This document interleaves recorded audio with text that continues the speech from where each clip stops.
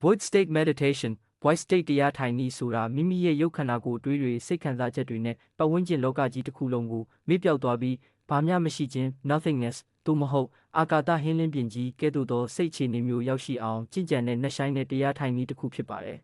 ။ဒီအခြေအနေမှာစိတ်ဟာလုံးဝငြိမ်သက်သွားပြီးမိမိကိုယ်မိမိသိနေတဲ့အသိစိတ် pure consciousness တသက်ပဲကြံရှိတော့တာပါ။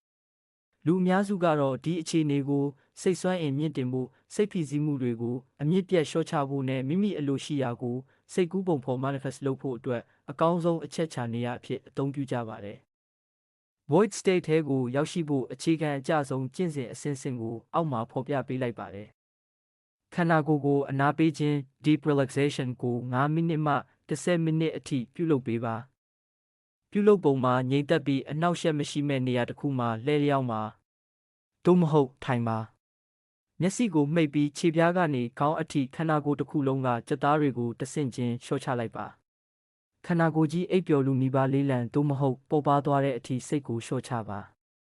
အသက်ရှူခြင်းအပေါ်အာရုံစိုက်ခြင်း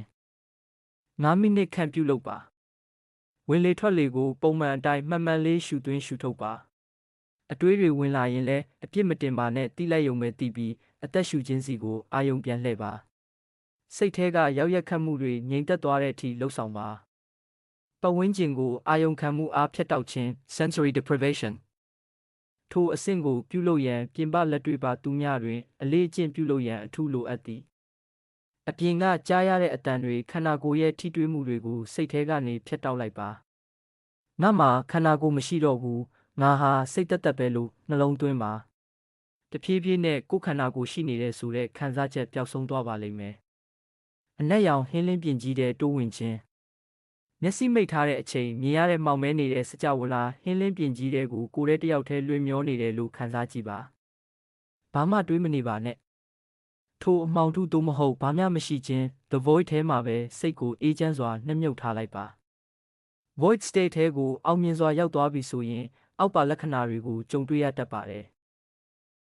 ခန္ဓာကိုယ်မဲ့တယ်လို့ခံစားရခြင်းမိမိရဲ့လက်ခြေထောက်ရုပ်ခန္ဓာကြီးရှိနေမှန်းမသိတော့ပဲလေထဲမှာလွင့်မျောနေတယ်လို့မျိုးခံစားရတာ